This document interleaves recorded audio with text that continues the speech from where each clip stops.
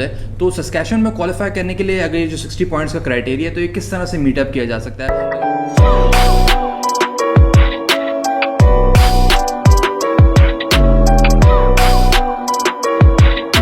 Right, सो इसी के ज़मीन में मैं आपसे ये भी पूछता चलूँ, चूँकि हम सस्कैचुअन पीएनपी की बात कर रहे हैं, तो सस्कैचुअन में क्वालिफाई करने के लिए अगर ये जो 60 पॉइंट्स का क्राइटेरिया है तो ये किस तरह से मीटअप किया जा सकता है? अगर आप बेसिक जो है ना हमें समराइज़ करके बता दें कि क्या क्या चीज़ें हमें दरकार होंगी। वेल बेसिकली तो आपका qualification, age, right, experience, language assessment और कनेक्शन इन सस्कैचुअन। राइट, ये 4-5 फैक्टर्स हैं जिनके ऊपर आप प्ले आउट करते हैं और आप जो है अपने कैलकुलेशंस करते हैं Right. और 60 पॉइंट्स के लिए तकदो कर रहे होते हैं। Right. जैसे एज है, एज जो है वो 35 से अबव होना शुरू हो जाती है तो पॉइंट्स गिरना शुरू हो जाते हैं। Okay. 44 तक, लेकिन इस तरह से नहीं है फेडरल की तरह कि हर साल आपके गिर रहे हैं। Okay. 35 पे जाकर आप 45 पे जाकर आपके पॉइंट्स 2 पॉइंट्स ओके, एक ब्रैकेट मौजूद जी, है। एक ब्रैकेट मौजूद Right. होता है। तो आपको एज के ऊपर 12 के करीब पॉइंट्स मिल जाते हैं अगर आप 35 से बिलो हैं। Okay. देन आपकी क्वालिफिकेशन के अंदर है, क्वालिफिकेशन में आपको 23 पॉइंट्स मास्टर्स के मिलते हैं। 20 Right. पॉइंट्स आपके बैचलर्स डिग्री 4 इयर्स होना चाहिए और अगर इससे कम है तो फिर उससे और 18 पॉइंट्स में चले जाएंगे और इस तरह से कम होते जाएंगे। Yeah. तो आपको कैलकुलेशन खुद उसके अंदर करनी है या करवानी है हमसे। Right. एक्सपीरियंस के अंदर अगर आपके पास टोटल 10 इयर्स एक ही फील्ड के अंदर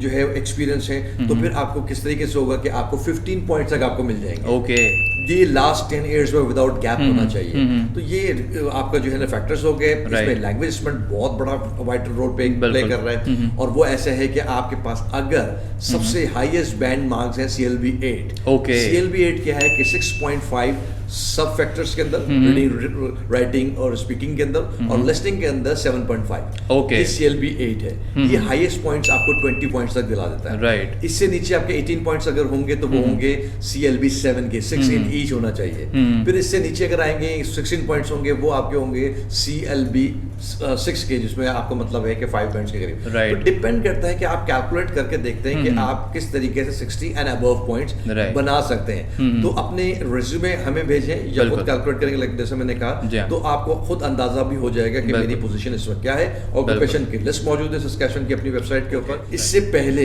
पहले सस्कैचुअन SINP के नॉमिनेशन प्रोग्राम में हेल्थ केयर प्रोफेशनल्स इंक्लूडेड नहीं थे, एक्सक्लूडेड लिस्ट में थे।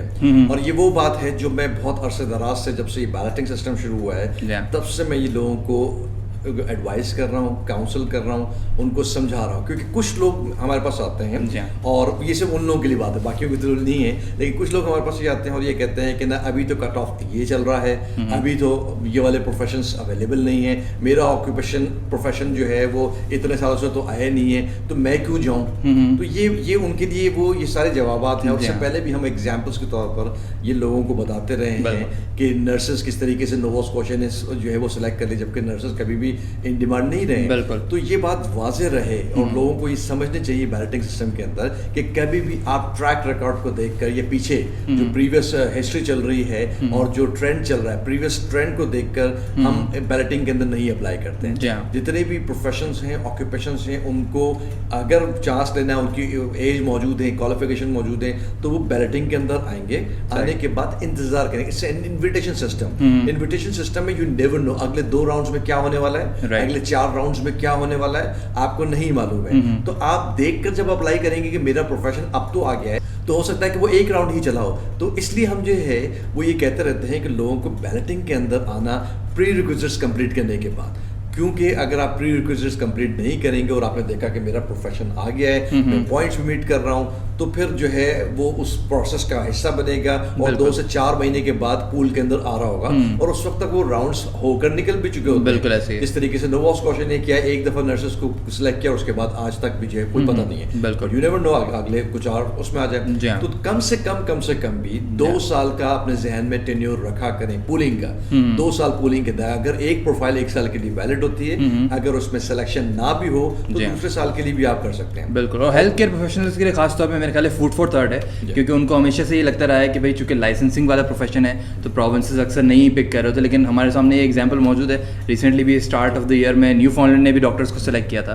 बिल्कुल ऐसे ही, बिल्कुल। तो आप हमें अगर अपने रेज्यूमेस भेजेंगे या आप खुद कैलकुलेट करेंगे तो आपको खुद अंदाजा हो जाएगा। सो आई होप कि ये वीडियो आपके लिए बेनिफिशियल साबित होगी। और अगर आप कैनेडियन इमिग्रेशन अप्लाई करना चाहते हैं, प्रोफेशनल सर्विसेज चाहते हैं, you can visit our website www.superiorimmigration.com and for more such kind of informative videos, make sure to subscribe our YouTube channel. This is Abubakar Adil signing off. See you in the next one.